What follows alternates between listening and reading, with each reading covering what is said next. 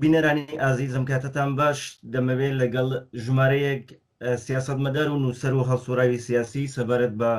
پرسی کورد لە ڕۆژهەڵاتی کوردستان دیدار و گفتوگۆ بکەم.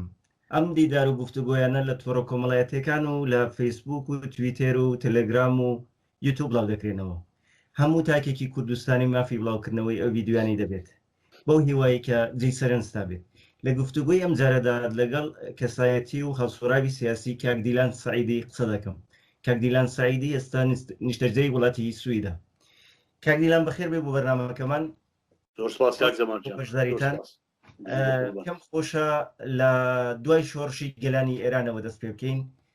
زمینەیەک ڕەخسا بۆ کورد لە ڕۆژهەڵاتی کوردستان و حیزبەکان دەستیان بە چالاکی کرد و گڕوتینێکی سیاسی لە ڕۆژهەڵاتی کوردستان سەری هەڵدا لە 1970 و 1970 دەتوانین بڵێن شەپۆلێکی بەرینی بزوتنەوەیەکی سیاسی جەماوەری لە ڕۆژهەڵاتی کوردستان سەری هەڵدا. فەرمون با لەو کاتەوە دەست پێ بکەین. ئەگەر بێنە سەر ئەو ساڵانە کە شۆڕش دەستی پێ کردووانە هەم لە ئێران هەم لە کوردستان بەڕاستی دەتوانین بڵێن زمانێکی زۆر تەمومژاوی بوو. زمانێک بوو کە خواست زۆر بوو، خواستی شۆڕژێری زۆر بوو، بەڵام ڕێکخراوی سیاسی کورد غەیرەز ئەوەی کە وەکو میلەت بۆ خۆی وەکو ڕەهبەرانی گەنجی ئەو وەختا لە نێو شۆڕشەکەداوە بۆ ڕوخاندنی زمانی شاوانە هەڵسوڕاو بوون و پاشە نەزەراتێکی ڕادیکال و باشیان بوو. سازماندەیەکی وانە بوو، حتا بڵێن حیزبی دموکرات کە حیزبێکی کۆم بوو کە گەڕاوە ماوەیەکی زۆری پێچوو کە لەگەڵەوەی نێودارش بوو خەڵکی بۆ کۆبێتەوە. برادرانی دیکەی کە مەسەلەن بڵێ بەرەی چەپ بێکەمیژەشی لەوانە بووم، هەڵسوڕاویان بوو، یەکتریان دەناسی، بەڵام سازمانێکی ڕێکوپێکی سیاسی نەبوو کە بڵێ ئەوە و سازمانەیە و وەکو مەسەلەن حیزب یا ئەوی دیکەیان داوا دەکەیەوە وەک چریکان داوا دەکە. لەبەرەوە ئەو زمانە تقریبان لەگەڵ ئەوەی کە شۆڕش دەکات لەگەڵ ئەوەی خواستی نەتەوایەتی بەڕاستی هاتە پێشێ، چ لە چەپ و چ لە ڕاستەوە بڵێن، چ لە لای وڵات پارێزان و چ لە وڵات پەرێزانی چەپەوە و تەنانەت حتا لە کوردەکانی چریکەوە ئەو وەختە لە کوردستان حاڵەتی زۆر ڕادیکال شۆڕژگێرانە و خۆشی بۆ بکوێتە بارێکەوە. دەدەستکرا بخۆ سازماندەییکردن. حیزب دموکرات بۆ خۆی حیزب دموکرات بوو، حیزب هاتەوە دکتۆر قاسم هاتەوە جەماعەتی شیریکیان بوو، ئەفرادی کۆنیان بوو، هەر بخواستی مەسەلەن بنەماڵەیی بخواستی ئەوەی کە نێوێک بوو هەڵش خۆیان کۆ کردەوە لە چەندین شارکە بەهێز بوون کە بڵێ مەهاباد بێ ئەو جگانە بەهێز بوون. بەڵام بەرەی چەپ کە خۆی دەدیەوە لە دوای بۆ کۆمەڵا لە هێندێک ڕۆشنبیر کە یەکتریان دەناسی پێشتر لە دانشگاکان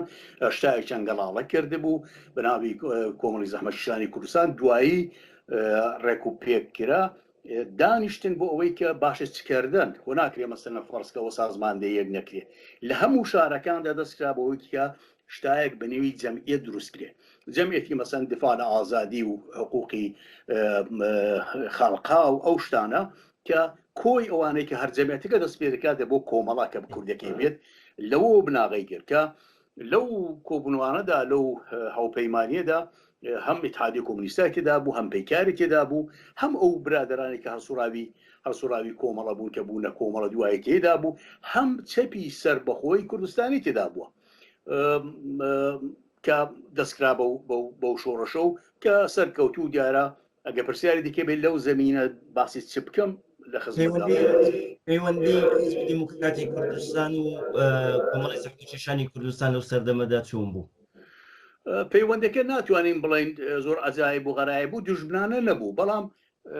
حیزب دموکرات بەڕاستی هەسەن کۆمەڵی بەڕسمێت نەدەناسی بکوێتە بارێکەوە، پەیوانە بوو بێتە جەریانێکی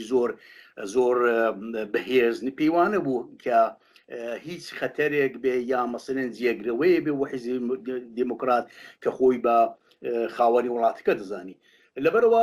کەڵەوە کێشی و کێشە و هەرا نەدەهاتە پێشێ فەرمووی کە مەسەلەن کێشەیەک بێ شەڕ بێن بەتایبەت لە ئەوایلی شۆڕژدا و لە مەسەلەن هەتا شەڕی سێ مانگی ئەوەڵوانە هیچ گرفتێک بۆ سوورەتە نەبوو بەڵام حیزب پێخۆش نەبوو نەگەڵان دانیشە بۆ دانیشتن لەگەڵەوە بێ کە مەسەلەن لە مەجامێدا لە بەحس و وتوێژدا لە کارهای سیاسیدا بەشداریان بکە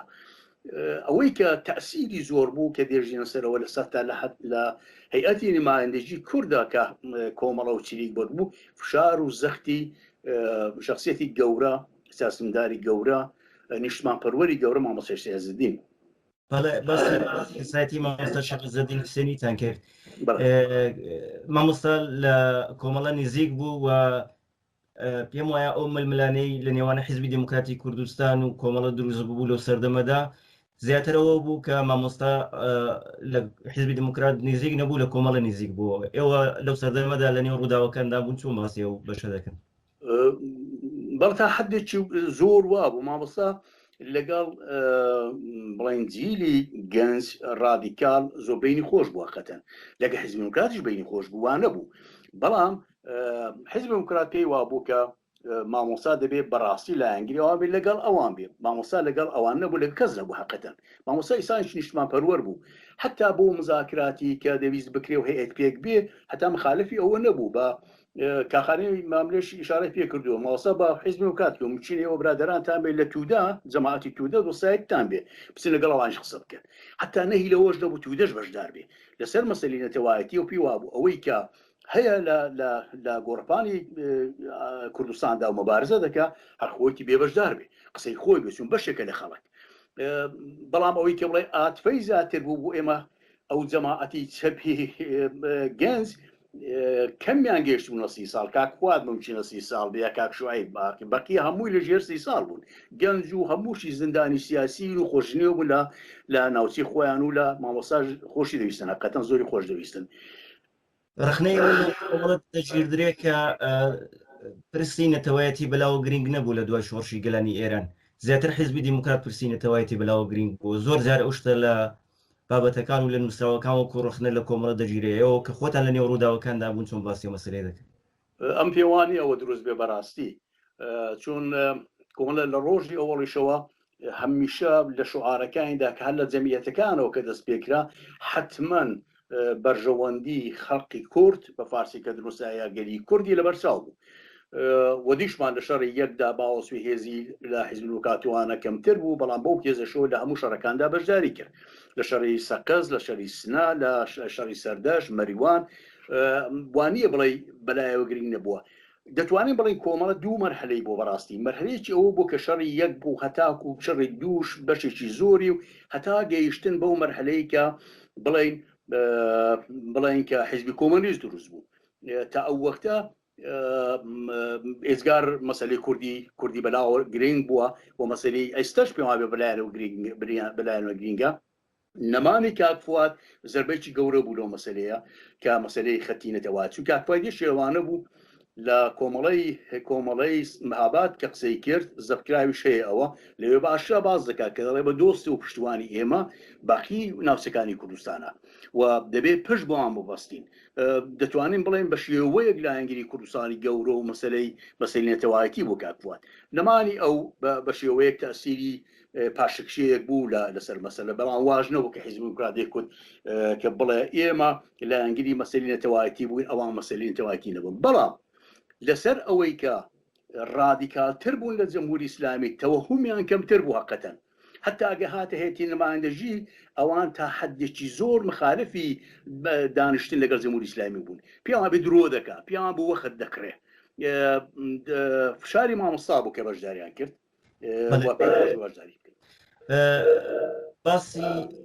ئەو سەردەمە دەکەین لە مەهاباد بەشێک لەو گفتوگویانە و لەو دیدارانە لە ماڵی ئێوە کران بەر لەوەی هەیئەتی نوێنەرانی کورد پێک بێ ئێوە وەکو نوێنەری مامۆستا لە هەندێک لە دیدارەکان بەشدار بوون ئەو کۆبوونەوانە بۆچی دەکران لە مەهاباد کۆبوونەوەکان پێشتر کرا بوو هەت بۆ پێشاتنی پێکێنانی هەیەتی نمایندەژی بوو بەڕاستی ئەوانە لە منتەقەی بەردەڕەش و لە تووژڵە و منتەقە کردبوو یان مام جەلاوانش بەشدار بوون لەسەرەوەی کە چۆن پێک بیازم کردی کە مامۆستا هەتا ئەوەی کتوبوو بە حیزب دموکرات پێتان خۆش لەگە توودەکانی قسە بکەن ئەو هەیەتە پێک بێ کە پێکات ئەو هەیەتە هاتنەوە مەهاباد و دوای شەڕی سێماگە کە پێکات حیزب دموکرات بەڕاستی نەپی خۆش بوو کە چریک لەوێ بێ نەپی خۆش بوو کۆمەڵە لەوێ بێ مامۆستا فشاری هێناو کە ئەوە کرا دێ باشە ئەو کۆبوونەوەی چیکە لە ماڵی ئێمە کراکە وەختەمە لای ئیداری غەلی مەهاباد بووم لێوێ کارم دەکرد وەکو مەسئولی دارە لە ماڵی من کراوە یەکشت بووە کە شکاندنی ئەو هەژمادەیە بۆ 26 مادە ئامادەکردنی بۆ مزاکرە چون هەژمادەکە بۆ خۆی زۆر خاڵی لە خۆی دەگرت شتێکی مەسەلەن بڵێ گشتی بوو دێ باشە چۆنی بشکێن بشکاندنی ئەو خاڵانە کە بووە 26 مادە لەوێکرا لە ماڵی ئێمەکرا ڕۆژێکی پێچوو هەتا لەوێ اختلافات داتە پێشێ لە بیرمە لەسەر وشەی دموکراتیکی خەڵکچریکان زۆری حسازون دایی بنێن وە ماوەسەمە لە ئەوڕای حەسەنزادە زۆر دژی ڕاوەستا خەریک بوو وەسەن تێکسێ لەسەر ئەو مەسەلەیە دیدارە دکتۆر زەفەری شەفیعی زۆر حەواوە بوو دێر ئێمە وەک دەفتەری مامۆستا لەگەڵ کاکفاتە زۆرمان حەورداکە ئەو شتە نەبێ بلەخەرە ئەو خەڵقەمان لابرد مەسەلەن دەڵێم دروست کرا 26 مادەکە ئامادەکرا کە لەگەڵ کاخانە من چووم لە خزمەتی کاخانە پێکەوە چوون ئەنوەر سوڵتانی شپیابی لەگەڵ 3 نەفەر کە تەحویلی دکتۆر سادق وەزیریماندا کە لە ماڵی کاخانە بوو کە پێدا بچێتەوە وەکو حقوقی بینەملەلی وەکو حقوقی کە هەیە لە دنیادا ئەو ڕێکوپێشی کە لە حازی خۆرکی و بازی شتای شکۆری دەستێدا بوو لە ئامدا شتێکی پێ باش بوو کە چووە گرنگترین خاڵی ئەو 26 مادەیە کە ئەمن بەش بە حاڵ خۆم کە هەمیشە کوردستانی بوو لە ئەنگلیسەر بەخۆی کوردستان ئێستاشەم منشی دڵخۆش دەکرد ئەوە بوو کە جغرافیای سیاسی کوردستان تەعین کرابوو لە ماکۆ هەتاکو دەسێتە ئیلام قەید و شەرتی نەبوو کە مەسەلەن بڵێ مادەی 140 بۆ دابنێن و نازانین مادەی چی بۆ دابنێن دیانکوت ئەو منتەقەیە نووسرا ئەو منتەقەی جغرافیای سیاسی کوردە و دەبێ وەکو کوردستان نظر بگیرێ بەڵام دیاریکردنی چارەنووس و سەردەمەدا نەخران بەرنامەیەکاری هەیەتی نوێنەرانی کورد بۆچی ئەو پرسە گرینگە و ئەو مەسەلە و گرینگیان خستبۆ پەراڕێزەوە بڕوای من حیزب دموکرات ئەوەی نەدەکرد یەک پاشان مامۆستا و حتا کۆمەڵە و چریکی لەسەر وەسا بوونەوەکە لەو شەرایطێدا ئەو باسە نەکرێت ئەگەرسی لە پرۆگرامی هەم حیزب هەم هیندا هەیە چریکدا بوو هەم لە پرۆگرامی کۆمەڵەدا هەیە و مەسەلی حەقی تعیینی سەرنوشتوانە دیارە بە شێوەیەکی چەپی بکەوتە بارێکەوە بەڵام ئەوە نەکرا حەقەتەن و لەسەر ئەوە ساغ ببوونەوە کە ئەگەر ئەو 26 مادێ تەسویب بکرێت هەتا کەم و کوڕێکیش بێ ئەگەر خود مختارش بکەنە خودگەردانی بەڵام ئەو چوارچەوەی کە باسی دەکەن دای بنێن دەستکەتیشی گەورەیە بۆ کورد ئەوش پێ بڵم کە خودی هەیەی نەماندەژی بەڕاستی باوەسیوی هەنگاویش ئزگار گەورە و کە کوردی ڕۆژەڵات نای بەڵام بێدی هەمیشە لاوازێکی پێوە بوو کەمێک دڕدۆنجی ببوو لە نێواندا کەمێک نەماندەویست کەس نەیدەویست لەسەر ئەو بەسەرێ تێک بچێ لەبەرەوە ئەو خاڵە هین نەکراوە زەق نەکراوە بەڕاستی کە بڵێن کە حتممە دەبێ ئەوە حەقی میلەتی کووردە بەڵام بەوە ڕازین ئەوە نەکرا ئەو شێکیدا نەبوو ئەگەر بمانێ باسی کەسایەتی ئەحمەدی موفتیزادە بکەین لەو سەردەمەدا ئێستا ئەگەر بابەتەکان چاو لێ بکەین و خوێندنەوەی بۆ بکەین زۆر کەس ڕۆڵی ئەحمەدی موفتیزادە وەکو ڕۆڵێکی نێگاتیڤ سیر دەکات لەو سەردەمەدا دەگوترێت کە زەربەی لە بزوتنەوەی ڕزگاری خوازی نەتەوەی کوردەوە ئێوە کە خۆتان لە نزیکەوە ئاگاداری ڕووداوەکان بوون و ڕەنگە لە نزیک شەوە چاوتان بە کاک ئەحمەدی موفتیزاد دەکەوت پێ چۆن باستی ئەو کەسایەتیە دەکەن کاک ئەحمەدی موفتیزادە کە مەکتەبی قورئان وانە دروستکرد لە ئەساس کاک ئەحمەد بەڕاستی بیر و باوەڕشی داعشی بوو لەسەر مەسایلی وڵات و بەعام پێی وابوو کە سازانی ئەوان کە سونیش بوون وەکو ئیخوانی وەکو ئەوەی کە بیر و باوەڕیان بوو کە بەڕێوەبردنی وڵات بە سوورەتی ئیسلامی جا ئیسلامی نەوعی خۆیان هاسانترە لەگەڵ خومینی شیعە هیلالی شیعە هەتا لەگەڵ ئێمە تەنانە لەگەڵ مەسەلەن فەرزکە حیزبی دموکرات لەبەرەوە نەقشێکی زۆر خراپی بوو ئەو لە بنەوە هەمیشە ئێرتباطی بوو ئەومان لەبینێتی لە سنە ئاژاوەی چی ساز کرد ئەگەر ئەو هێز و توانای ئینسانی شۆڕجێری سنەی نەبایەوە وەکو کەمانگەر کاکسەری کەمانگەر جەماعەتێکی دیکە زۆر بەراڕێدا چوو بەڵام بە زورەتەوە وەکرا ئەو بەزمەی لە ساز بوو کتاڵەقانی وان هاتن بەرەخەرە بۆ کۆبوونەوە کەم کەم لەگەڵ سەفتەری ئەوانە و پەراوێز کەوتن و دیمان بەڵام هیچ وەختی لەوە دەستینە دە پاراستکە بە شێوەیەک لە شێوەکان تێکدەری ئەو مەسەلێ بێ هیچ خۆشی لە جەماعەتی چەپ نەدەهات حیزب دموکراتی بینێکی وا خۆشی نەبوو بەڵام لەم قابلی کاگە ئەحمەددا خۆشبەختی ئێمە ئەوە بووکە و لە ڕۆژهەڵاتی کوردستان جای ماوە شێرەزدینمان بووە کە فەقێتر بووە مەلاتر بووە باسەواتر بوو لە حازی علمی شەوە خەڵکی احترامیان زۆر دەگرت ئەو مخالفی ئیسلامی سیاسی بوو و دەجاریش کوردستانی سنەدا من لە خزمەت تامە کە باسی کرد یاسن ئیسلامی سیاسی ناتوانێت ئیسلامە لەسەر سەر بەڵام ناتوانێت حکوومەت بکە وەختی ئیسلامی سیاسی نییە لەبەرەوە کاگە ئەحمەد کەوتە ئەو پەراوێزە هەم لە تەرەفی شۆڕژگەرانەوە بە حیزب دموکرات و کۆمەڵە و چریک و هەمویانەوە و هەم لە تەرەف گەورەی وەک مامۆستا شێعەزەدینەوە نێتوانی کرد بەڵام ئەگەر دەسەڵاتی بووایە بیتوانایە زۆر کاری خراپی دەکرد لە مەجلیسەکاندا کە من جۆم دەدایە کە دیومە چەند جارێکم دیوە لێدەشاردە لەسەرەوە مەسەلەیە هەرچەند دەیویست بەلایدا ئێمە بە موسڵمانی کوردین کەوا پێشبەرگی موسڵمانشی دروست کردوە بەڵام هیچ شکل لەمەدا نەبوو کە نەخشێکی خراپی هەیە لەسەر جوڵانەوەی کورد دەگوترێت لەو سەردەمەدا کۆمەڵە و دیموکرات لە ململانی حیزبەتیدا بوون لە نێوان ئەو دوو کەسایەتێک زۆرێک ململانە هەبوو واتە هەر کام لەوانە دەیانەویست ڕێبەرایەتی نەتەوەی کورد لە ڕۆژهەڵاتی کوردستان بکەن چەندە و مەسەلەی ڕاست کام کەسایەتی مامۆستا شێرەزەدینی حسێنی و کاک ئەحمەدی موفتیزادە هێنی نەبوو چونکی مامۆستا زێنەوە کەسە بوو کە سنە کە پایگای ئەحمەدی موفتیزادە بوو کە هەر 1 ملیۆن خەڵک پێشوازیان لێکرد یعنی هیچ احتیاجی بە ململانی نەبوو بەڕاستی هیچ بەراورد نەدەکات لەگەڵ مامۆستا کەس جوێ نەدایە ئەو دەویست لە بنەوە لەگەڵ سەفتەری و لەگە جەماعەتی پاستا لەگە خۆمێنی بسازێ بەرزەدی میلەت و ئەو شتەی خۆی دەوێ بەکاری بینەوە هەمە کارە بێ لە سنە ئەوەشی بۆ نەکرا وەسنە ئەوڵی مرکزێک کە شوراهای چەپی لێدا مەزرا شوراهای مەحەلەکانی دروستکە بنکەکانی لێ دروستکە سنە بووە کە مرکزی ئەو لە ئاخرەکاندا زۆری پاشەکشە کردووە بەڕاستی هینێکی نەبوو ڕژیمی ئێران هێزەکانی سوپا و ئەرتش پەلاماری کوردستانیاندا و لەوێ شەڕ سەری هەڵدا و پێشمەرگە بۆ ماوەیەک با بڵێن پێشمەرگەی کۆمەڵ و دیموکرات خۆراگریان کرد بەڵام 2000 توانیان ناچار کران ینی ڕۆژهەڵاتی کوردستان بەجێبێڵن بۆچی حیزبەکان لە ڕۆژهەڵات نەمانەوە ئایا نیان دەتوانی بمێنەوە و مقاومەت بکەن و جۆرێک مەسەلەکە لەگەڵ ڕژیمی تازە لە سەرکار هاتووی کۆماری ئیسلامی باس بکەن وای لێ نەیە کە حیزبەکان ڕۆژهەڵاتی کوردستان بەجێبێڵن ئەگە مەزور ئاخری شەڕەکان بێت و شەڕی گرتنەوەی کوردستان بێ لە من دەپرسی لە من دەپرسی هێزیان بوو بەلانی کەم لە دەبایە قەندیل و منتەقەی شاخاوەکەیان بەجێ هێشتایە کۆمەڵا 4,000 پێشمەرگەی ئێزگار ئازای دڕی بوو حیزب دموکرات 10,000 پێشمەرگەی بوو نزیکی 10,000 هێزی بەرگری بوو بەڵام مقاومەت دەکرا چۆن ئەو سیاسەتەکرا بەڕاستی من عانی لە حاڵی نابم لە من دەپرسی هەڵەیەکی گەورەیان کرد هەردوو لایەن نەدەبایە کوردستان بەجێبێڵن نەدەبایە قەندیلان بەجێبێشتایە نەدەبا شاخشەوەکانە بەجێبێشتایە ئەوان هاتبوونەوە باوەستەوە کە مەسەڵەن بڵێ تۆپ و تانجان بێ زۆر چاکە شەڕی ساربانەکەین زۆر باشە شارەکان چۆرکین زۆر جگای دێهاتیشدا مەسەڵەن فەرزکە کە نزیک شارە بانەیەکی بەڵام خۆ دەکرا لە جێ و شاخی کوردستاندا بین و دەهاتی کوردستاندا بین و لە مەرزی عێراقدا بمێنی و عێراق و ئێراندا بینیەوە قسەی تێدانەوەی دەتوانی لە من دەپەرسی وەک نەزەری خۆم هەمیشەوە بۆ هیچ باشی گەورە کراوەکەوەیان نەکرد و دەتوانی پایگایکی مقاومەت بێ و هەر ئەو هەڵەیە باعیسی ئێو دووبەرچی خۆی نیە خۆیان بوو جۆبوونەوەی دوو حیزب بوو سێ چوارێکی کۆمەڵە و چونکی تۆ لە وردگایدا دەنیشتی هێزی نظامیەکانت هەموو چۆتە دەری جەماعەتێکی کۆنە سیاسیت نایلا چۆت دەرەوە عالەمەت پێ بەخێو ناکرێت چاوڵی دەستی مەسەلەن فەرزکە بەعس بوو ئێران چاوڵی دەستی مەسەلەن کوردەکانی کە شتێکت دنێ بۆیان جێبەجێ نەدەبوو و هەر لەبەرەوەش بوون ئەو چەند بەشە پێکات حیزبەکان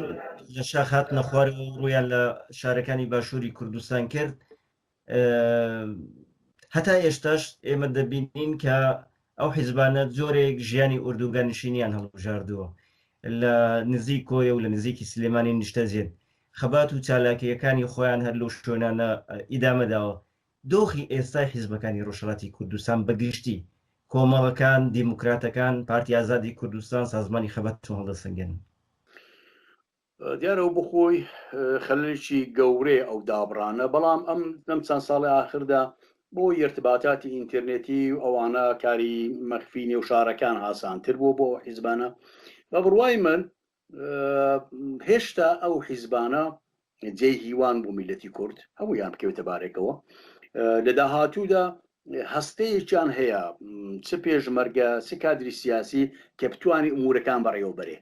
و ئەگەر ئاڵۆزیەک لە ئێراندا بێتە پێشێ بەنظری من و بە بڕوایی من لە ساڵی 1950 و 56 و 1950 باشترە چونکی ئێستا 40 ساڵان خەبات کردووە دەزانن سازماندەیان هەیە ئەو وەختێکی ئەرزم کردی هەروەکو ساڵهای هەوری داهاتە بەرچاو بیانی تێکەوریەکە بوو ئێستا بە هەر سوورەت سازماندەیەکەیە من زۆر نیگەرانی ئەو مەسەلەیە نیم کە ئەگەر دەرەکی دەستی وەرنەدەن و ناخۆشی نێتە پێشێ لە خەڵکی دیکەوە من پێم وایە ناخۆشی بینی حیزبی دموکرات و کۆمەڵەکان قەت نهاتەوە پێشم چینە هاوپەیمانێکی دیکەش بێت هەتا لەبارەی نظامیشەوە من خۆش بینم بەوە مانی ئەوان بە قازانجی حرەکەتی ئێمەیە و تەنها بەشێکی هێستا کە بڵێن لە ئێراندا سازماندەیەکی سیاسی و نظامی هەرماوە جا کەم بێ یا زۆر بێ جێ هیوایە نیگەرانی ئەو حاڵەتێکی کە بەسەر ڕۆژهەڵاتی بەسەر حیزبەکانی ڕۆژهەڵاتی کوردستان هات بەسەر حیزبەکانی باشووری شات کە ناچار بوون باشوور بەجێ بێڵن و ڕوو لە ئێران بکەن بەڵام لەگەڵ ڕاپەڕین حیزبەکان گەڕانەوە لەگەڵ گەڕانەوەی حیزبەکان و سەرهەڵدان و ڕاپەڕینی جەماوەری باشووری کوردستان حکوومەتێکی ناوچەی دروست بوو لە باشووری کوردستان و پارلەمان و ئەوانە پێکات لەو کاتەوە دەتوانین بڵێن حیزبەکانی ڕۆژهەڵاتی کوردستان بەسراونێتەوە لەگەڵ دروستبوونی حکوومەتێکی کوردی لە باشووری کوردستان حیزبەکانی ڕۆژهەڵاتی کوردستان ئەو ئازادیەی ئەو جوڵانەوە و ئەو حرەکەتی جارانیان نەما ئێوە چۆن و بابەتە دەبین شتەکە زۆر ڕوونە بەڕاستی کاک جەماڵە توش باشی دەمەزانی ئەم حیزبانەی ئەڵانەکە حکوومەتی بڵین خۆمان لە باشوور بەداخەوە هەر کامێشیان بەسراون قۆڵیان بەسراوە بەدە زیاترکەوە یا فارسەوە کێتە بارێکەوە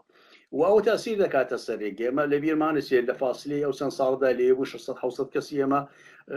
حیزب و کۆمەڵە و ئەوان ترۆر کراوە کوژراوە لە بین چووە بۆمباران کراوە موشک باران کراون هەمیشە پلانی ترۆر و کوشتنیان هەبووە ئەگەر بڵێ گرێی بکەین بڵێن شەڵاوان نەبایە بەریەمەیان نەگرتایە کە مەسەلەن ئازادی و باە بچێتە ئەو بەر دیسان دێتە سەر مەسلەی سیاسی ئایا و بۆ وڵاتێکی بچووکی کە هێشتا لە حازی ئیدارەیەشەوە تەنزیم نیە هێشتا بۆ خۆشیان هەردوو بەرێکیان هەیە دوو ئیدارەیە ئەرتەشێکی ڕێک و پێچ عجایبیان نییە ئەو چەند ساڵە دەبواە زۆر چاکیان پێک بێناکەن نەبووە لە کەرکک دیمان نزگاکانی دیکە دیمان کە بەرگەی هیچیان نەگرت لەبەرەوە دەکرێت بڵێن جێداخە پشتیان بە میلەتێکی خۆیان نەبەست کە بتوانن مەسەلەن پشتیوانی کوردەکانی ڕۆژهەڵات بکەن کە بەوە ئێران پترسێنن بەرعکس هەر پاشکشیان کرد دەنا دەکرا ئەوان ئەوە بکەن کە بەهێزی نظامی کوردەکانی ڕۆژهەڵات ئیجازە بدەن لە بەرزەکاندا پشتیوانیشیان لێ بکردن لە حازی مادیەوە پشتیوانی لێ بکەن لە حازی چەک و چۆڵەوە ئێرانیان زۆر باشتر پاشەکشی پێکرد و زیاتر بە قازانجیان بوو تا ئەوەی هەر وەختیشیانە بە تۆبارانی ناوچەکە دەکرد و منتەقەکە دەکرد هەر وەختیشیان بێدرا لە سلێمانی خەڵک دەکوژن ئەوە دروست نییە دیارە ئیشتبای گەوریانە بوو بەڵام لە ڕاستیدا هەم من هەم جەماعەتێکی زۆر باشوورشماندیەوە و تێکەڵاوی زۆرمان بۆ لەگەڵیان لەلایەکیش حیز دەکەی کە بێهیوا بێسان لەو حکوومەتە لایەکش دەبی تەنها حکوومەتێکی کە بارسوورە دێمە ئەمانە دەبێ بە شێوەیە بپارێزێ بەڵام بڵێ هەست و کەوتیان باش بووە هەست و کەوتیان باشە نەخێ باش نەبووە باشیش نییە ئەگەر بمانێت باسی زبوونی باشووری کوردستان بکەین لە دوای ڕاپەڕینەوە کە شەڕی براکوژی هەبوو کە دوو ئیدارەی دروست بوو دواتر ئیدارەکان یەکیان گرتەوە تقریبەن پەیوەندیەکی باش لە نێوان سەرکردایەتی سیاسی باشووری کوردستان دروست بوو تا دەگاتە پرسی ڕیفراندۆم لە باشووری کوردستان و هەتا ئەمڕۆکەوە خۆتان باستان کرد کە خاوەن ئیدارەیەکی ڕسمیە لە باشووری کوردستان پەرلەمان هەیە و حکوومەت هەیە و سەرکردایەتی سیاسی هەیە ئەو ئەزمونانەی باشووری کوردستان هەر لە 1990ەوە تا ئێشتا کاریگەری چی هەبوو لەسەر بزوتنەوەی کورد لە ڕۆژهەڵاتی کوردستان و لەسەر حیزبەکانی ڕۆژهەڵات هیوادارم ئێمە لە ڕۆژهەڵاتی کوردستان لەو دەرسانەی کە باشوور هێتی دەرز وەرگین قەدەوە نەجۆزینەوە بەڕاستی زۆر ناکرێت تۆ بڵێ باوسیەوەکی ئەو هەموو پوڵی پارەی نەوت و ئەولاد بووە هەرکەس بۆ خۆی سپایەکی بێ و ئەوی دەکە بۆ خۆی سپایەکی بێ ئەو بچێت لە بنەوە لەگەڵ عێراق دانیش ئەو لە بچێت لە تورکیا دانیشێ و یەکێ کەرکووک بدا بەدەستەوە یەکێ زمار و شنگال بدا بەدەستەوە ئوسولی نییە تەجروبەیەکی باش نییە حەقەتەن دیارە پشتیوانیان لێ دەکەیت بەڵام هیوادارم قەت ئەوە نەبێتە ڕێگا بۆ ئێمە بۆ کوردی ڕۆژهەڵات کە ئەگەر دەرفەتی کاتە پێشێ دەبێت ڕێکوپێک بێ دەبێت ئەرتەشیی منەزەمیان بێ پێشبگیان تێکەنەوە نیابنی ئەرتەشی کورد حکوومەتێکی کاتی پێک بێنن ئەو خاڵانەی کە 26 مادەیە زۆر تەواوە بۆ ئێستا لەو شەرایەتەدا لازمێشتی دیکە بێنەوە دروست ئەو خاڵانە بێنە مزاکرێت لەگەڵ هەر حکوومەتی کە دەستە لە ئێران ئەگەر پێشیان بکرێت جۆبرۆکەوە جۆ دەبینەوە بەڵام ئەوە ناکرێت و دنیا جاریشە قبوڵ ناکە زۆر ساکاوەکەن بەڵام ئەزموون جۆستنەوەی ئەنجومنی باشوور بۆ ڕۆژهەڵات هەڵەیەکی کوشندەیە قەت نابێەوە بکەن وەتەوە پێتان وایە کە حکومڕانی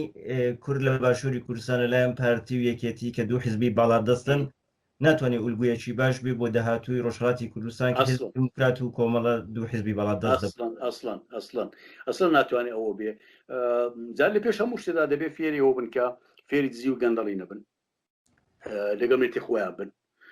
وەک ئەوەی کە شۆڕش مادەکرد و شۆڕش دەکرا و خاچی بوون لەگەڵ خەڵکو و بەسەرکردە و بە بنکردە هەموو دۆستی خەڵک بوون لەگە خەڵک بوون بگەوان نانان دەخوات وەگە و بمێنن دەست نەکرێت بە تاڵان و بە دزیکردن باوەڕش ناکەم بیکەن چون وەختی خۆشی لەو هەموو کە ماوەزێری کە بۆی کەس دەستی بۆ هیچ نەبن لە ڕۆژهەڵاتی کوردستان بیمارستان دروست دەکا بەخێر بە خۆیان بە خۆیان دەبەخشی بە پێشمەگە جیانی دەبەخشی دکتۆر پەرستار هەموو کاران دەکرد لە خزمەتی خەڵکی خۆیان دابوون هیوادارم ئەو ڕسەیە بگرینەوە بەر هیچ شتێکی ئەو ئەزمونە نەجێزینەوە بۆ ڕۆژهەڵاتی کوردستان کە لەگەڵ فەرهەنگ و کولتوری من ناخوا بەڕاستی لەژێر گوشاری لە کەسایەتی سیاسیەکان و جەماوەری ڕۆژهەڵاتی کوردستان 2000 کۆمەڵەکان و دیموکراتەکان توانیان ناوەندێک پێک بێت بە ناوی ناوەندی هاوکاری کوردستان خەڵک چاوەڕوانی پێکهێنانی بەرەیەکی کوردستانیان دەکرد کە خاوەن هێزێکی بەرینی پێشمەرگە بێ یەکگرتو و خاوەنی میدیایەکی بەهێز بێ ئێوە خێنەوەتان بۆ ناوەندی هاوکاری حیزبەکانی کوردستانی ئێران چی بەش بە حاڵی خۆم زۆر تووڕم لیان بەڕاستی دوسی زاریشم نووسیوە لە سەریان بەش بە حاڵی خۆم پێم باش نییە تۆ ناوەندت کە هەیە ئەو ناوەندێ دەبێت لەسەر هەموو شتەکاندا پێکەوە بڕیان لەسەر شتدا یەکێ لەوانە بوو کە باز لەوە دەکرا کە هێزی پێشمەگەیەک گرێتی باش کاکە نایگنەوە دانیشن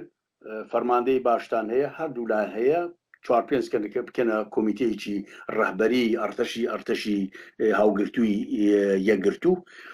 کۆمیتەیەکی مشتەرەک پێک بێنن بۆ ئەوەی کە بتوانن پێکەوە لەباری سیاسیەوە تەسمیم بگرن باسی ئەو بکەن کە چکردن لە جاتی ئەوە تا ئێستەوە دەبینین جار بڵاوەشی بڵاو دەکەنەوە کە هەر بۆ یانیهایە تا ئێستا ئەو جگایە کە دەبێ بیگرێ مدڵم پێ خۆش بوو ساڵە 2 ساڵ دوایتە بشاکە نا بەرەو هیچ دەچێ بەرەوە دەچێت کە مەسەلەن هیچی لە پەیدا نەبێ وەگەوەی کە لە باشوور ڕسمە بۆ هەموو شتێک چی پێ دەڵێن کۆمیتەیەک پێک گەنەوە داچوونی بۆ بکە کاکە بە دوچوونی بۆ مەکە عزیزەکەم شتەکە دیارە ئێمە ئاڵوگۆڕیمان لە ئێران ئیمکانی دێتە پێشێ لەو ئاڵوگۆڕێدا دوژمنمان ئێزگار زۆرە لە دەوڵەتی مرکزی و گرتووتی هەتا ترکەوەی دیکەی لە ناوچەکەدا دەژین دەخاڵەت دەکەن باشە هێز خۆ بەهێزکە ڕەوتێکت ببێت کە 1 و 2 3 و 4 لەسەر و خاڵان سابوویتەوە هەروەی کە هەیەی نمایندگی کورد بوویەتی باشە کە بتوانی هەتا لەگەڵ ئۆپۆزیسیۆنێکی ئێرانی کە جارێ نییە وەنی ئەگە هاتە پێشێ فەرمودانیش قسە بکە تۆ ناتوانانی شل لە خەڵک مەشارەوە ئەوە دەردی ئەساسەکەیمە ئەوەیە تۆ دەڵەوە کۆبوونم کرد باش چ فەرموو باش کۆبوونەتی کورد فەرموو بە خەڵکی کوردەکە بنەتێکی خۆت بڵێ تۆ بنەتی شۆڕشتکە و میلتە جان و ناون و خوێندەدا بۆ تۆ دەبڵە کاکە ئەومان کرد و تا جگایە گەیشتووی شت مەشارنەوە ڕێکوپێک بن باس بکەن لەگەڵ خەڵک پێچی بێنن لە ئەمەلدا نەوکو ئەوەی هەر بە قسەکردن ئەوە ناخوا بەڕاستی زۆر جێ هیوانیە بە بڕۆی من بەڵێ ئەگەر دیسان هەر درێژە بۆ بابەتە بدەین لەسەر ناوەندی هاوکاری دەبینین مەسەڵەن یەکێک لە لایەنەکانی کۆمەڵە بەشدار نیە سازمانی خەباتی کوردستانی ئێران بۆ ماوەیەک بەشدار بوو حیزبەکانی دیکەی ڕۆژهەڵات کە سەربەخۆی خوازن لەو ناوەندەدا بەشدار نین ئەوە بۆ خۆی یەکێک لە زەعفەکانی ئەو ناوەندە نیە بە باوەڕیەوە کە هەموو لایەنەکان تێدا بەشدار نین ئەمیش پێم وایە مەسەلەن بە هەر سوورەت بڵین پاک بابەشدار بێ خەباتیش بۆ خۆی نازانم چۆتە دەرێ ئەوش بە جۆرەی کە دەبێ قسەی لەگەڵکەم بە کاکە گەتوێ لەگە مزایدینی خەڵقی زۆر چاکە دۆستی لەگەڵوان با دۆستبی لەگەڵ ئێمەش فەرموەرێن لەکە و قسێکی باشیش پێ لەگەم زایدی خەڵک وە تۆ لەگەڵ ئەویدی بە هەیە ئەلەنسات بتبینی لەگەڵەوە قسە بکە ئەوەی کە مەسەلەن فەرسکە بە تایبەت پەژاک و بە تایبەت خەبات پەژاکنا پاک و خەبات ئەو دوانە دەوای تێکەڵ بووە لەسەر کۆمەڵی حیزبی کۆمونیستی ئێران ئەمن تا حدێکی زۆری نم نییە ئایا بخۆیان نەچوون یا بانگ نەکراون ئەوەیە مەسەلەکە ئەگەر بانجان نەکردێ کارچقاپیان کردو بۆ خۆشیان نەچبێتن پێم سەیرە بۆ نەچوون بەڵام من لەگەڵەوەم بە تایبەت لەسەر کۆمەڵە و لەسەر پاک پێم خۆشە کە ئەوان بەشدار بن حقیقەتەن چەند جارێک لەلایەن ناوەندی هاوکاری حیزبەکانی کوردستانی ئێران باز لەوە کراوە کە دەیانەوێت گفتوگۆ و دیالۆگ دەگەڵ ڕژیمی ئێران بکەن مەسئلەی گفتوگۆ و دیالۆگ دەگەڵ ڕژیمی ئێران لەو سەردەمەدا کە لەلایەن هەموو وڵاتانەوە لەژێر بشاردایە و کۆماری ئیسلامی ئەگەر بڵێن دوایین ساڵەکانی تەمەنی خۆی تێپەردەکە ڕایەوە لەسەر اون گفتوگۆ و دیالۆگە دەگەڵ ڕژیمی ئێران چۆن دەبینەوە بابەت زۆر خراپە بەڕاستی تۆ دیالۆگ وەختی خۆی دیالۆگیان کردووە قەنەت جەماعەتێکی کۆنیان هەرماون کە دەزانن دیالۆگی ئەوان چۆن بووە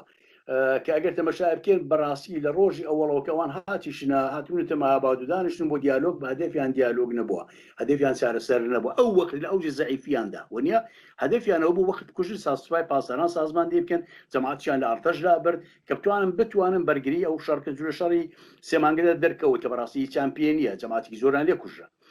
لەبەرەوە هیچ باوەڕێکم بە دیالۆگ لەگەڵ جمهوری ئیسلامی نییە و ئەوەی کە ئەوان کردیان پێم وابێت تۆشتی بێ ڕفێقین لە فەیسبووک ئەمە لەسەر نووسکن بابەشەر بکەن یعنی چۆن دەبێت تۆ دانیشی بچی لەگەڵ لا نۆڕوێژ لەگەڵ جێگایشکە وڵا پێ بڵێ لەگەڵ چی قسە دەکەی جمهوری ئیسلامی چەند ساڵەوە پێش ئەو دووری لەگەڵ کردووی و دائیم دووری لەگەڵ کردووی دوو سێ لە ڕەهبەرانی گەورەی کوردی کوشتووە دکتۆر قاسملو شەید دکتۆر قاسملو دکتۆر شەرەفکەندی پاشان دەیان کەسی دیکەی ترۆر کردووە کاگە بڵاو جەماعەتوانە باشە تو لەگەڵ ئەو حکوومەتێدا نەنیشتوو مەگەر بەدزیشەوەدا نەنیشتوو وەک حیزبی دموکرات یا وەکو مەسەلەن کۆمەڵە پێخۆشانە کە قسە بەشداریەکەی داوای چی دەکەی لە جمهوری ئیسلامی کە بە هیچ سڕاتێک مستەقیم نییە هەڵەیەکی سیاسی زۆر کوشندەیە قەتیان نەدەبایە بکردەیە و هیوادارم تکراریشی نەکەنەوە بەرەکەس دەبێ بکەونە ئەو لایەکە هەم دەوڵەتی دریا هەموو فوزیێنێک گەگەر پێک بلێران بزانە بابە کورد ئێستاش کە چ ساڵەوە پێ دژی خومینی بووە ئێستاش لە دژی خومینیە سازش ناکە و حەول و تەقەلا بۆ یەکە ئەم ڕژیمە پیسە بڕوخێ دەبێت ئەوە بکەن نەکو دانیشن حیزبی دیموکراتەکان و کۆمەڵەکان لە دەرەوە لە ئەوروپا هەوڵیەوە دەدەن خۆیان دەگەڵ ئۆپۆزیسیۆنی سەراسەری ڕێک بخەن دەمەوە هەیە کە دەیانهەوێت لەگەڵ سەڵتەنەت خوازەکاندا بنیشن و قسە بکەن بۆ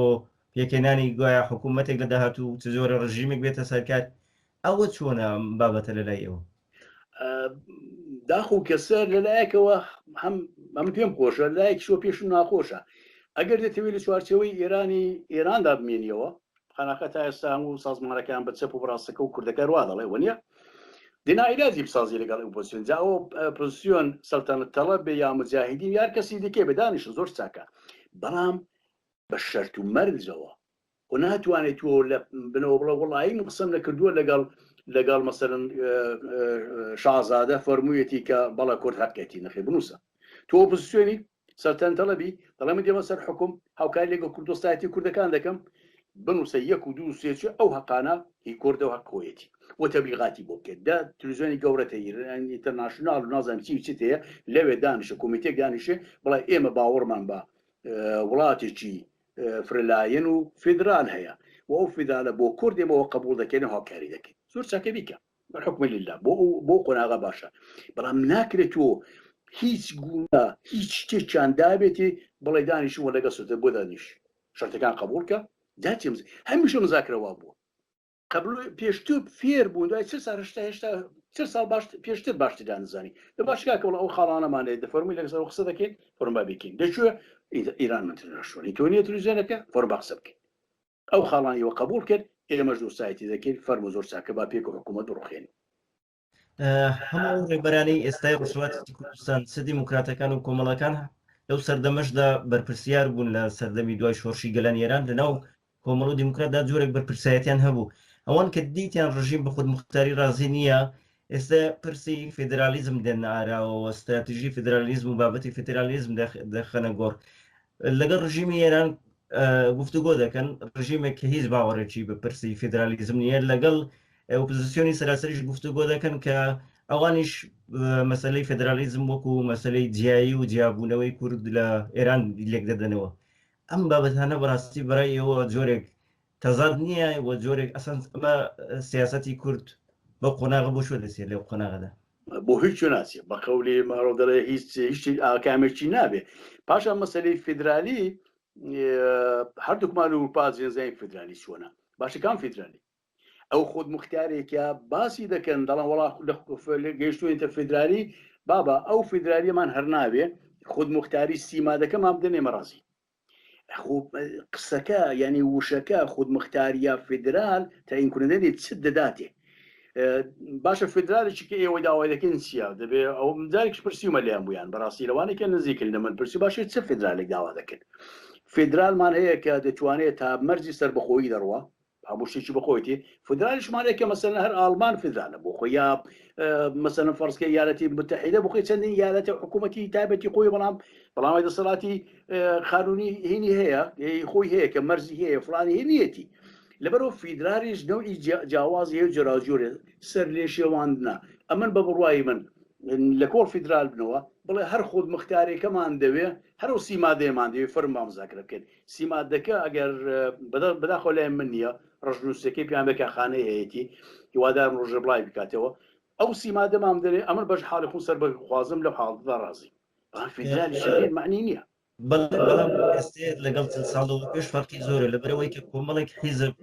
چەند حیزبێکی سەر بەخۆی خوازیش لە ڕۆژهەڵاتی کوردستان دروست بوون دەتوانین بڵین پارتی ئازادی کوردستان هەمویان بەرچاوترە ئەوانەی دیکە وەکو پارتی سەربەستی و پارتی سەربەخۆیی و ئەوانیش ناوێن هەیە جریانی سیاسی دیکە بەڕێوە دەبێت بۆ ڕۆژهەڵاتی کوردستان لەوەها حاڵەتێکدا دەبێت چۆن خواستی حیزبە سەربەخۆی خوازەکان و جەماوەری ڕۆژهەڵاتی کوردستان کە ئەگەر ئاڵوگۆڕەیەک لە ئێران دروست بێ و داوای سەربەخۆی ڕۆژهەڵاتی کوردستان بکرێ پرسی ڕێفراندۆم گرنگترین بابەتێک نییە کە دەبێت دەگەڵ حکوومەتی داهاتوو ئێران بخرێتە بەرباس بەلانی کەمەوە ئەوەی کە مەسەرەن باست کرد کە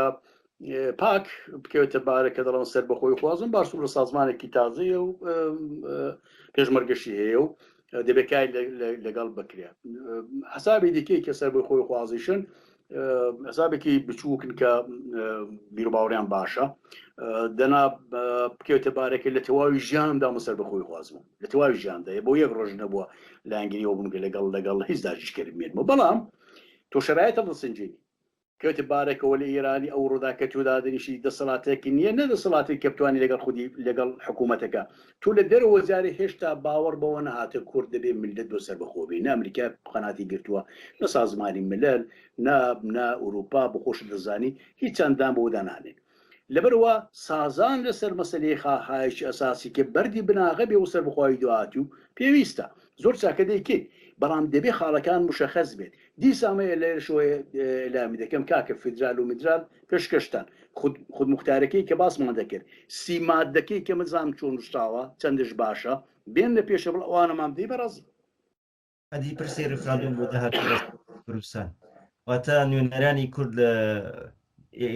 حیزبەکانی ڕۆژهەڵات کە لەگەڵ ئۆپۆزیسیۆنی سەراسەری دادەنیشن یان ئەگەر قەرار بێت لەگەڵ لایەنێکی دەرەوە قسە بکەن پرسی ڕێفراندۆم بۆ داهاتووی ڕۆژهەڵاتی کوردستان نابێ بخەنە بەرباس پرسی ڕێفراندۆم لە ڕۆژهەڵاتی کوردستان بگەینە حدێکی ئەو ئاستەی کە باشووری تێدا بوو یعنی هێزی نظامیت بێ پارەت بێ چەکت بێ وەنیە بە بڕوای مەسەن ئەو دەتوانی بیکەی بەڵام لە ئێستادا نا بەڕاستی بۆمان نەجێ بەجێ دەبێت وەنیە خەڵکی خۆشمان دەزانین بە تایبەت لە ڕۆژهەڵاتی کوردستان شکم لەوەدان 100% خەڵک دەڵەبان لەگەڵەوە 90% خەڵک دەڵەوە گەوی لە باشوور شترا بەڵام ئایا بۆ ڕادەگیریە بۆ ڕەناگیریە پرسەکە ئەوەیە بەڵام کە کورد بەهێز بێ توانێت دفاع لە خۆی بکە دۆستی دەرەوەی بێ یعنی تۆ بەڕاستی قەولانداوی نەکەوەیکی قەولدرا بە کوردی باشوور جەماعەتێکی ڕۆشنبیری مەسەلەن فەرزکە ئوروپایی یاوی دیکە بی ئەوەی دەسەڵاتێکی ئیزرائیلیان بێ لە ئەمریکا و لێوی دیکە قەول دەدەن و تەشویقیان کردووانە باشە دیوانسی بەسەرات لەلایەکی دیکەش لێ خۆشیاندا ساغ نەبوونەتەوە تۆ ئەو ڕفراندۆمە کێشە و هەرای ساز بوو نیوەیەکێک و لەگەڵەوە نیم دیشمان لە کەرکوچی بەسەرات یعنی نابێت بکەوین ئەو داوە ئێمە باشە هەر لەسەر ئەو خود بختاری ئێمە دەڕۆین فدرالیشمان ناچون نازانم تەفسیری کاتێ چون فدرالتەن تەفسیر دەکەن چه فدرالیشی دەوێت ئێستا کە ئاوا داوا دەکەن ئەو سیما دەبێن بناغە بکەن ئەومان بدەنێ ئەوە دەست بکەوێت لە ئەوەڵی مەرحلەدا زۆر باشە تاکو خۆمان ڕێکوپێک دەکەین و دنیاش دەگۆڕێ بەڵام لە دێستەدا بە بڕوامی ڕفراندۆم لەسەر مەسەلەی سەربەخۆیی بوون و ئەو شتان لە ڕۆژهەڵاتدا ئیزگار زووە ئەگەر بێنین باسی پارتی ژیانی ئازادی کوردستان پەژاک بکەین لە قۆناغێکدا پارتی ئازادی ژیانی کوردستان پەژاک زۆر دەرکەوت لە ڕۆژهەڵاتی کوردستان لەو سەردەمێک کە کۆمەڵەکان و دیموکراتەکان بێدەنگ بوون و خەباتی چەکداریان نەبوو بەڵام ئێستێ هیچ دەنگێک لە پارتی ئازادی کوردستان نییە ئێوە پێتان وایە پەیوەندەکانی پەکەکە لەگەڵ کۆماری ئیسلامی هۆکاری ئەم بێدەنگ بوونەی پەژاک بێت ئەوەی کە پێکەکە ساڵهای لەگەڵ ئێران ارتباتیەوە حیا لە سلاتەوە کشارەوە نییە بەڵام دووشت هۆی سەرەکی ئەوەیە جاران کۆختێکی پەژاک یا پێکەکۆ لە ئێراندا بەهێز بوو دەستکرا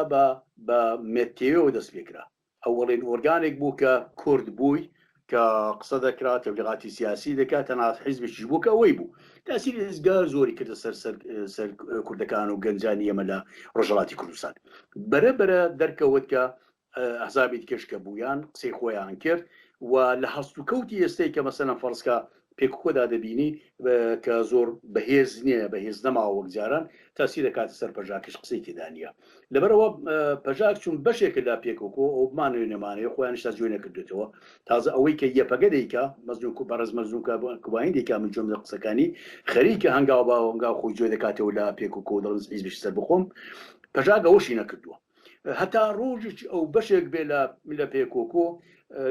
بەهێزبوونی پێکۆکۆ و بەهێزبوونی ئەوە زەیبوونی پێکۆ زەیبوونی پەژاکە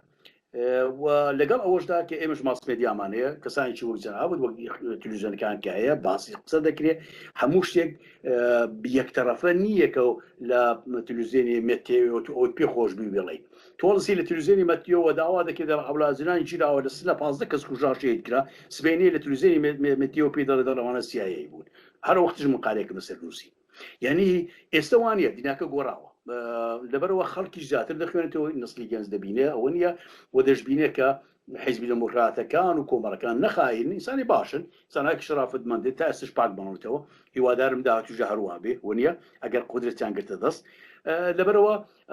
بەهێزبوونی پەکەکە بازبوونی پەژاکە بەهێزبوونی بەهێزبوونێتی لەوە من زۆر جێی نیگەرانی نابینم مەگەر یەک خاڵ جێ نیگەرانی دەبینم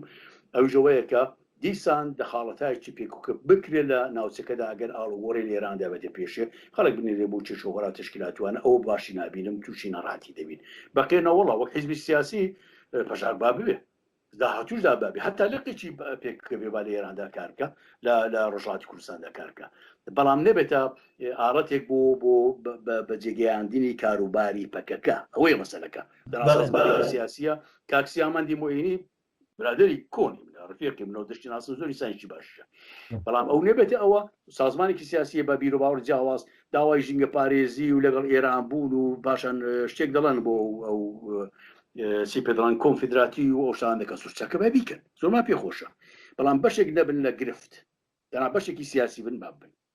بەڵام خۆ پەژاک نیشاردوێتەوە کە سەر بە پەکەکەیە باسەکە لەوە دەست پێ دەکات کە پرسیاری سەرەکی ئەوەیە کە دروستبوونی حیزب بۆ ڕۆژهەڵاتی کوردستان لەلایەن پەکەکە و ئەگەر لە داهاتوو پارتی و یەکێتی شەوڵی ئەوە بدەن کە حیزب بۆ ڕۆژهەڵاتی کوردستان دروست بکەن بێگومان تاسیری زۆر خراپی لەسەر ڕۆژهەڵاتی کوردستان دەبێت جۆرێک دەستێوەردان دەبێت وەگە و دۆخی ئێستای لە ڕۆژاوە دەبینین ڕایەوە ئەینن وایە هیوادارم ئەوە نەبێ بەڵام یەکشتمان لەبیر نەچێ نە ڕۆژاوا نە باشوور نە باکوور ڕۆژهەڵات نییە ڕۆژهەڵات فەرهەنگێکی کۆنی سیاسی هەیە وازاوی خۆشان دەبینێ ئەو جوژێن بەڵام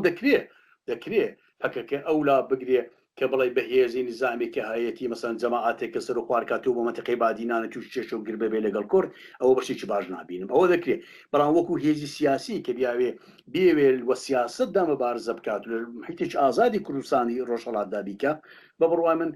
زۆر جێی خەتەر نییە بەڵام خەتەری نظامی و پاشان هێرشکردنەوەە بەڵا هەیە ڕاستە و دەخاڵەتکردن بەو شێوەیە دروست نییە هەر چۆنێک بێ چوار پارچەی کوردستان هەم لە حازی کولتوریەوە هەم لە حازی سازماندەیەوە هەم لە حازی تاریخیەوە ساڵهای لێکدا بڕاون و ئەفرادی خۆی هەیە ئەزاوی خۆی هەیە دەبێت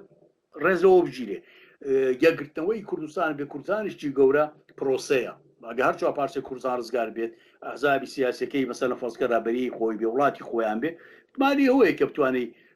پێکەوە بژی احتمالیش ئەوەی نەتوانێت پێ کە بە چوار وڵات بێ با سێ وڵات بێ بەڵام دەخاڵەتکردن ئوسولی نییە ڕۆژهەڵاتی کوردستان ئەوەی باشە گیشمانیشایشتا چ ڕۆشنبەرانی کوردە ئەگەر دفاعمە لە باشوور نەکرد بێ قەت سەرباری نەبووین قەت ناڕەحەتی مامۆ دروست نەکردووە بە ئەحزابی سیاسی بە ڕۆشنبیری ڕۆژهەڵات بە نووسری ڕۆژهەڵات قەت مشکلە ما بۆ دروست نەکردو هەمیشە حوڵمان داوە قسێکی باشی بۆ بکەین دەبێ ئاوا بکرێ حەقت ماوەی چەند ساڵ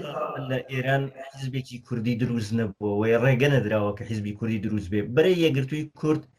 ڕاگەندرا بەڵام وەکو حیزبی سیاسی نەیتوانی بمێنێتەوە ئێستا لە ناوخۆ هەندێک کەسایەتی و هەندێک کەسوڕاوی سیاسی باز لەوە دەکەن کە دەیانەوە حیزبێکی کوردی دامەفرێنن دروستبوونی حیزبی کوردی لە ڕۆژهەڵاتی کوردستان و لە ئێران لەو سیستمی کۆماری ئیسلامیدا چۆن دەبین بەخراپی نابینم بەڵام ئەوەی کە ئەگەر بڵێ لە ژێر چاودێری جمهوری ئیسلامیدا بێ شتێکە وەک بەرەی یەکگرتوو دوای ئەدیب کە بە خۆی ئینسانێکی نیشما پەروەر بۆ بارسۆرەت خیاڵایکی لوکارایکی زیاتر فەرەنجیوانەی دەکرد و بۆ باشکردنی مەنتەقەکەوانە مەنتەقەی سنە و کوردستان بەقیە دوایی هەموو بوون لە ئیسلاح تەڵەب جەبێ خامنەی بوون و لەوی دیکە بوون خومینی بوون خاتەمی بوون ئەوی دیکە بوون ئەگەر حیزبێک دروست کرێ کە لەژێر چاودێری جمهوری ئیسلامیدا بێ پێم حیزب نییە هیچ شتێکی وە کورتێدا نابێ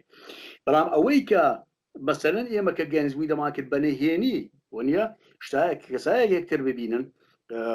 250 ڕۆشنبیرە هەستایی چکۆلە دروستکەن هەستەکانی شتباتیان بگێ حزبێکی ڕێکوپێکی کورد دروستکەن زۆر چا دەکرێت زۆریش باشە بۆ بە قازانجی کوردە بەڕاستی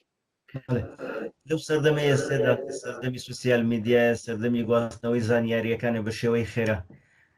ڕۆڵی میدیا لە ڕۆژهەڵاتی کوردستان و لە نێو حیزبەکانی ڕۆژهەڵاتی کوردستان ئایا ئێوە لە میدیای حیزبەکان ڕازین تا حدێکی زۆر بە هەر سوورە پێم باشە مەسەلەن تۆ گەتەمەشای تیش دەکەی یا کورتکەناڵ دەکەی یا جاران ئاسوسات بوو کە من خۆشم دەویست کارشم زۆر دەکەێت دۆستایکی زۆر لەگەڵیان بوو هەبوون ئەوانە بە قازانجە بەڕاستی بەلانی کەمەوە بازە شتادی جێڕنەوە بەلانی کەمەوە بیرەوەری هادی جێڕن بەلانی کەمەوە باسی شتایەک مەخالاتێک دەکەن شتێک دەکەن زۆر باشە بوونی وانە باشە لە پاڵ ئەواندا کەس لە ئوروپا دەست پێکراوە ئەوی چەند بخۆتی جەماعتێک لە هۆلەندا یەکی لە سوێدا ئەو جۆرە ماسمێدیانە زۆر بڕێوی هەیە دەبێت چاوەڕوانی نەبێت کە حیزبەکە بیکە ئەو کردوتە زۆرش باشە زۆر شت چی دەکرێتەوە بە ئازادیشتی دەکرێتەوە نەزراتی خۆی دەڵی کابرا ممکن سبین لەگەڵ برادری قسە کەسە نەزراتی مخالف بێ زۆرم پێخۆشە وە ئەوەیە هاندەرە بۆ ژوورەوە بۆ گەنج بۆ نسلی تازی ئێمە لە ژوورەوە کە ڕێگای خۆی ببینێتەوە کام ڕێگا باشە کام دروستە چکردن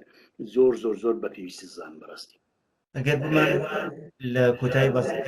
باسی چارەسەریەکان بکەین ئێمە دەڵێن کە بزوتنەوەی کورد لە ڕۆژهەڵاتی کوردستان لە قۆناغی ناخۆشدایەوە خەساری گەورەی بەرکەوتووە لە ناوخۆ خەڵک لەژێر گوشارێکی زۆردایە ڕەوشی میدیا زۆر نالەبارە وەکو هەسوراوێکی سیاسی کە لە مێش ساڵە بۆ خۆتان لە نێو ڕووداوەکاندا هەن و لە دوور و نزیگاگاتان لێ پێشنیارتان چییە بۆ ئەوەی حیزبەکان لەو شێوایی و لە ئاڵۆزێ بێنە دەرێ خەڵک لە ناوخۆی ڕۆژهەڵاتی کوردستان چۆن تێکەڵ بۆ بزوتنەوە سەراسەریانە ببنەوە یان حرەکەتێکی بزوتنەوەی نیشتیمانی لە ڕۆژهەڵاتی کوردستان دروست بێ پێشنیاری ئەوە چییە لە دەرەزەیەکدا پێشنیاری من ئەوەیە بەڕاستی لەگەڵ ئەوانەی کە لێ نزیکن بەتایبەت لەگەڵ جەماعەتی کۆمەڵە قسەم کردووە دەبێ خاڵهایەکی مشەخەسیان بێ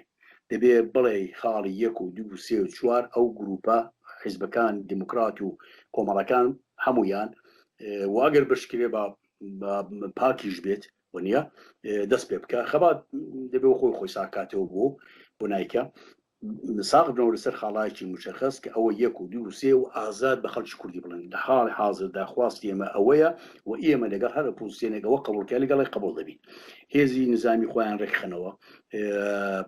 ئۆرگانهای مشتەرەک دابنن کە بەڕێوە سکارەکان بەڕێوە بەرێ لازم نیە حیزبی بێ یا کۆمەڵەیی بێ نفرێک دانێن کە جەماڵێک دابنێن کە لیاقەتی هێزە هەر کەس بێت هەر حیزبێک بێ هەر بیر و باوەڕێک بێ فۆرمولیەکە ئەو کارانە بەڕێوە بەرن سازماندەی جۆ بکە لە لێستەوە خۆیان حاضرکەن بۆ گرتنە دەستی حکوومەتیشی منتەقەی خۆیان وەکو دروستکردنی ئیداراتی هەموو بەشەکان لە بیرشمان سێ دەبێ هاوکارێکی نزیکیان بێت دیارە بە ئاشکرانە لەگەڵ ئەو هەموو کۆمەڵە مەدەنیەکی ئێمە هەمانە لە ڕۆژهەڵاتی کوردستان کە زۆر جێ دڵخۆشیە بۆ من بەڕاستی کە دەیان بینم لەگەڵەوانە هاوکاری بکەن سەبارەت بە تەزاهورات و بە شتانە بە بڕوای من کورد لە تەزاهوراتی کە لە تاران دەست پێ دەکا و لە مەتەقەی فارس دەکرێ و ئەوی دیکە دەکرێ ئەوانە زۆر دەخەڵەت نەکا خۆشی نێتە دەرێ کوشتاری لە خۆڕابا لێ نەکرێت لە ئێمە دەست ناپارێزن لیانگەر ئەگەر تارانی عەزیزە پیاوای ئیرانی عەزیز دەبێ ڕزگارکە فڕ بخۆ بیکە تۆ 20 میلیۆنی فقط لە تارانی بەتەوای کوردستانەوە 20 میلیۆنی 6 میلیۆن 7 میلیۆنی ئێمە ونیە ئەگەر ئازایی و خەرمای خۆت بیکە تۆ شاتی سەرکار ئێمەشدا دەیشی قسە لەگەڵ دەکەین لەبەرەوە نیروی خۆت دەپارێزی ئەفرادی خۆت دەپارێزی گەنجی خۆشفکری خۆت دەپارێزی ئینسانهای شۆڕژێر دەپارێزی وەنیە باش زۆر چاکە حکوومەتی تێکچووە مێژۆک عالەم فەرمو با قسە بکە ئەو وەختی خواستمان دەبێت ئەو وەختی ئەگەر سازمانێکی یەکگرتومان بێ لەو گروپانێکی ئەلانێکی پێکاتون چی لەبارەی نظامیەوە چی لەبارەی ئیداریەوە دەتوانین زۆر کارمان پێ بکرێت باسی بەڕێوەبردننی ڕۆژهەڵاتی کوردستانتان کرد لەلایەن حیزبەکانەوە بەو دۆخی کە ئێستا حیزبەکان تێدا هەیە لە ئەگەری هەر گۆڕانکاری یەکەگە قەرار بێ حیزبەکان بستنەوە دەتوان ڕۆژهەڵاتی کوردستان بەڕێوە ببن بە بڕوای من دەتوانن بە شەرتێک پلانێکی زۆر ڕوونیان بێت و حەواوە بن زۆر ڕوون و ئاشکرا بڵێ چێچکردن بە بڕوای من دەتوانێت مەزێسێکی موسسان پێک بێنە لەو حیزبانە بۆ دروستکردن نووسینی قوانینی منتەقەی خۆمان قانونی ئەساسی یەک بیا شتێک بێ دەتوانن گروپێ پێک بێنن کە حتا لێستەوە تەعین بکەن کە لە دەرەجەی ئەوەڵدا بۆ گوزاری پێدەڵن کە بتوانێت پێشەوەی هەڵبژاردن بکری و چه حیزبی دەباتەوە تەوافۆق بکەن بۆ بەرەوبردنی وڵات لەگەڵەوەی ئەرتەشێکی مشتەرەشیان بێ دەکرێت من باوەڕ ناکەم تووشی مشکلە بێت چونکە ئەوەندەی ئیسان بیان ناسەوە شۆرجان دەتوانن بەڕاستی بەڕێوە بەرن مشکلێکیش پێش نایە بەڵام داخی ئەسڵەکە ئەوەیەکە ئێستش من حاڵی نەبووم دەزانم توش حاڵی نەبووی خەڵکیش حاڵی نابێ مکە لە دەرەوەی بۆ ئێستا ئەو یەکگرتنەوە ئێلام ناکەن بۆ یەکگرتنەوە پێکاتنی ئەرتەژ ئێلام ناکەن لازم نیە تو ئاورن لێ ببارێ ئەلانە کەس بێنە هێرشکێ سەریان نا ئەرتەشەکەت بکێ لە لێزاتی 200 کەس داریشی 200 کەستان بێ بە 2000 کەس پێشمەرگی ڕێک و پێکت بێ لە باسوود تشکیلاتی و نزایمە بۆ کرێکە لە ئەگەری هەرچیدا بتوانێت پەڕێتەوە وە دێش دەبینی شۆڕشمان دیوە تۆ مچێنێکیانز بێ لە بیرت نەبێ بەڵام شۆڕشمان دیوە کە چەند وڵاتانی دیکتاری چۆن زوو دەڕوخێ ئەگەر دەستی کرد بە ڕوخان زۆر عەجایب دەڕوخێ لە سازمانێکی سیاسی سازمانهایکی سیاسی گروپی سیاسی کورد کە بە 2000 پێشمەرگ و هاتچوو بکاتەوە ئێزگار زوو گەورە دەبێتەوە وە دەسەڵاتی ئەرتەشی بۆ دەسەڵات بەدەستەوە دەگرێت ئەگەر سازمانێکی سیاسی ئیداری پێکاتی بێ زۆر زوو منتەقەکە ئیدارە دەکرێت و دەتوانێت کاروبارەکان ڕێک و پێکە زۆر زوو لە زیانان لەبەرەوە من خۆشببینم بەڵام بابزانین ئەم هەوپەیمانیە چ دەکا کە تا ئێستا بەڕاستی شتێکی عەجایبی کردووە کە هەم تۆ دڵت پێ خۆش بێ هەم من هەم خەڵکی کورد دڵی پێ خۆش بێ بە قەولی خۆ دەڵێ ماسمیدیا زۆر شتەکەی ئاسان کردوێتەوە خەڵک لە ژوورۆ دەبینێ کە ئالان سان کردو چاوەڕوان شتێ بکرێ وەنیە شتەکە ناکرێ هاتوون جارێت تەوای گرفتەکە بۆ تەوەتەی کە دوو کوڕات یەک برن دوو کۆمەڵە سێ کۆمەڵی یەک بر کاکە با نەگرێت زۆر چاک باشە توانێت خۆ پێکەوە کار بکەن وەنیە سازمای سبەی نێردا هاتوودا گەچوونەوە کام دموکراتیان خەڵک خۆشویست بچێت پارلەمانێک سێرێتی بێ و بێتە سەر وەزیرانی کوردستان چ کۆمەڵەیەک باش بوو خەڵک دەنجدایە زۆر چاکە بە ئەو بێتە مەسەڵەن فەرزی سەری وەزیرانی کوردستان یعنی دەردی گەورە ئەوە نیە ئەنا یەک بگری تۆ خەتەکە دیارە باشە ئەفرادەکە تێکەڵکەوە هەر بۆ پێنج کەسە وەرندانیشن شتەکە دروستکە با پاک شتان لەگەڵ بێ پاکشخراب نیە با بێ بەسەر بەخۆی خوازبوو هێزێکی نظامی هەیە ئەفرادی سیاسی هەیە دەتوانانی کاری لەگەڵ زۆر بەڕاحەتی بەڕاستی. کاک دیلان من زۆر سپاس دەکەم بۆ بەشداری لە گفتوگۆیەدا ئەگەر قسەیەک ماوە نەگوتراوێ پێم خۆشە لە کۆتاییدا لە ماوەیەک خولەکدا زۆر سپاس دەکەم جەماڵجان ناوەڵە ماڵداوە بۆ دیدارە و هیوادارم بەردەوام بێ و دیدارانە لەگەڵ خەڵکوانە من پێم وای جگای خۆی دەگرێت زۆر باشە بڕاستی زۆر سپاس چاوەکەمی